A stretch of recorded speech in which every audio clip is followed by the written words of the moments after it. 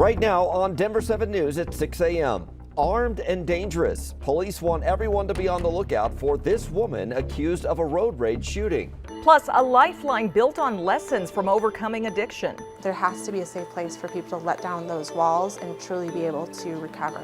The special treatment center one Colorado woman opened to help those in recovery find a purpose. And it's officially spring break season. People are hitting up the slopes before they close. Denverites are heading out with their families. From brand new changes out of DIA to rising gas prices across the state, we're taking a 360 in-depth look so you're better prepared for your trip.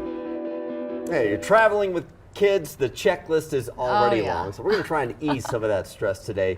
Good Friday morning to you. I'm Brian Sanders. I'm Nicole Brady, and it's starting to feel a little more spring-like. Temperatures warming up for the weekend. The sun will come out. Meteorologist Lisa Hidalgo is here with a look. And I'm glad I have weather news that will ease your stress as well when it comes to travel, because far too often do we have blizzards this time of year. Really nice weather. Skies have cleared out. You can see from our Westminster camera there where we're under a lot of sunshine. It's going to be a beautiful but very bright eastbound drive this morning. 7 in Denver, 8 in Commerce City, 17 in Arvada, but temperatures that are going to make you want to get on that plane and head somewhere warm this morning. It's a cold start. It's going to feel more like 10 to about 15 degrees below zero with those winds. For those kids with the last day of school before spring break, we're going to be in the single digits and teens at the bus stop this morning. So it's again jacket weather. Still chilly this afternoon, but warmer than what we saw yesterday. Low to mid 30s for highs today. We've got Denver at right around 35. 30s covering the eastern half of the state and teens and 20s in the mountains. High country, very popular place this weekend and this next coming week and few weeks with spring break. We're going to see a little bit of snow, it looks like, late Sunday. We'll take a closer look at that and how it could impact us here in town on Monday. Micah, in just a few minutes. Looking forward to it, Lisa. We are quite the team this morning because I have some good news as well. Your morning commute is shaping up to be a nice one. Green all over the map. I do want to show you our CDOT camera south of town. This is at C470 and Kipling. As you can see, traffic is flowing really smoothly there, and that is the story across the metro. Let's go back to the map. We'll take a look at your drive time in that area. Westbound C470 from Wadsworth to I-70, 14 minutes. Eastbound running about 12 minutes, so looking good there. Westbound I-70 from Pena Boulevard to I-25, 10 minutes. Eastbound 11 minutes, so if you are headed somewhere warm, you have to head out to DIA and hop on a plane. Things are looking good for you there as well. Thank you, Michael. We'll take a look at your screen here this morning. Commerce City Police need your help finding this woman. She's accused of shooting another driver during a fit of road rage. Veronica Acosta joins us live, and Veronica, police say this woman is armed and dangerous. They do, and get another good look at this photo. This is the woman Commerce City Police say shot another woman in an alley, again, after that fit of road rage. It's 24-year-old Destiny Edwards. She also goes by Destiny Salazar. So we're going to run you through exactly what happened here. Police say Edwards and another woman, they were involved in this road rage incident. The two ended in a car crash in an alley that was near 62nd Avenue and Kearney Street. Both women had gotten out of their vehicles before Edwards shot the other and then took off. Now, this isn't Edwards' first time in trouble. Court records show she has a long criminal history. She had an open warrant for motor vehicle theft from a February incident. She served prison time for motor vehicle theft as well. Edwards is considered armed and dangerous. So if you see her, police are asking you get in contact with them right away. You can do that a couple of different ways. One, through the Commerce City tip line or Metro Denver Crime Stoppers. In studio, I'm Veronica Acosta, Denver 7.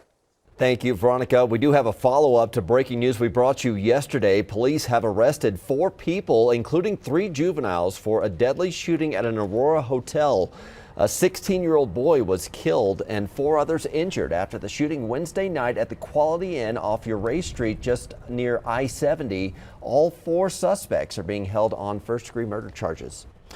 Our bitter cold over the last couple days had a lot of people scrambling to stay warm. A group of activists tried to keep one of Denver's rec centers open as a warming shelter for the homeless past operating hours last night. The city opened all of its rec centers as shelters this week during the cold snap. Police were called to the Carla Madison Rec Center on East Colfax. They offered 6 homeless people vouchers for a motel for the night and a ride to get them there safely. Mesa County Clerk Tina Peters is due for a pretrial hearing this morning at 10. She was released from jail yesterday after posting a $25,000 bond. Peters and her deputy clerk, Belinda Nisley, were indicted by a grand jury on multiple charges for allegedly tampering with the county's elections equipment. The Douglas County School Board will hold a special meeting this morning to discuss its next steps after a judge ruled that the new majority members of the board violated the purpose of open meetings laws. That special meeting will be held at 10 a.m. Earlier this week, a judge found the board members created a workaround open meetings laws by having a series of one-on-one discussions before telling Superintendent Corey Wise that he could resign or be fired.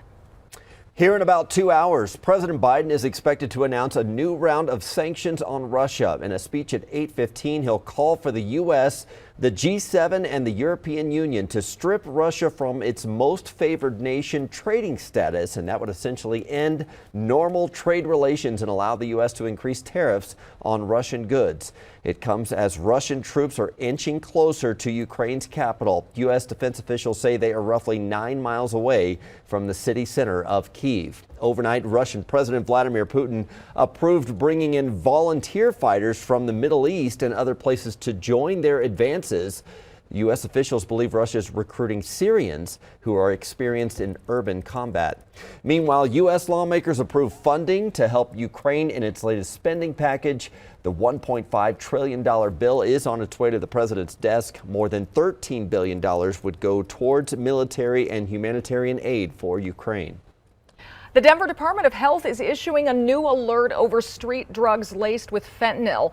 It says officials have seen an increase in drugs containing the synthetic opioid in the Denver area. It's 50 times more potent than heroin. Of course, last month, 5 people died from fentanyl poisoning in a Commerce City home.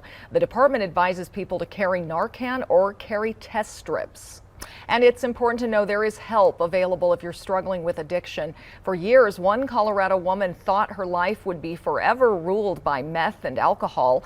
After overcoming her addiction, she's now helping others facing the same battles at a treatment center in the heart of Rhino. Here's Denver 7's Jessica Crawford.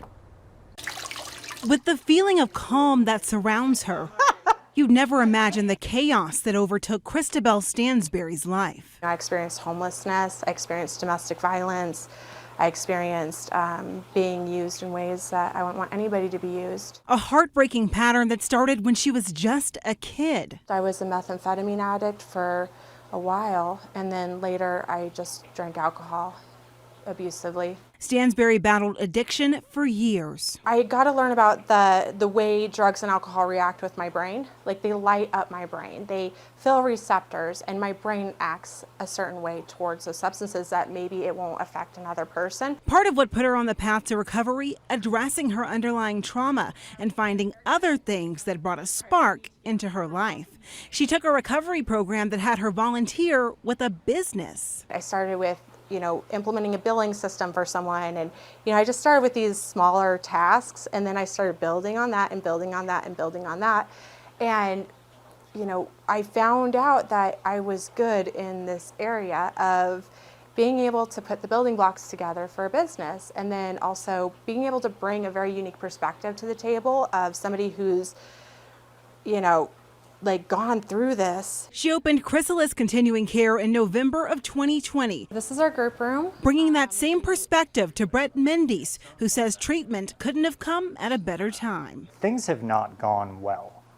Nobody shows up at a place like this because life is working out. One of the things that you said that really stuck out to me that was so powerful was the importance of living a life that is worth staying sober for. Can you talk about what that is for you? Taking the time to invest in relationships, being willing to promote them in my life to a level of status. A lot of those things are not just valuable, but they're challenging. Addressing the root causes of addiction, then taking on challenges that could lead to a different path. I really wanted to do something that was big. And now she's helping others do big things too. There has to be a safe place for people to let down those walls and truly be able to recover.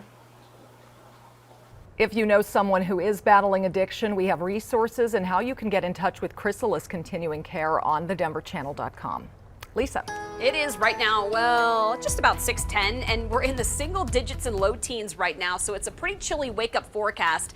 A nice warm-up in store, though. We're going to see 20s by about 10 o'clock, and then we'll be in the mid to upper 30s for highs this afternoon. This is just the start of what's going to be a beautiful couple of days, a lot warmer this weekend. We'll take a look at that on the Super 7 Day coming up. Beautiful weather, and we also have a beautiful commute this morning. This is your traffic map at this hour. As you can see, mostly running in the green. We do have a few slowdowns I want to tell you about coming up, though, in just a few minutes. Well, time to break out the peanuts and Cracker Jacks. The MLB lockout is finally over. The new opening day set for the Rockies.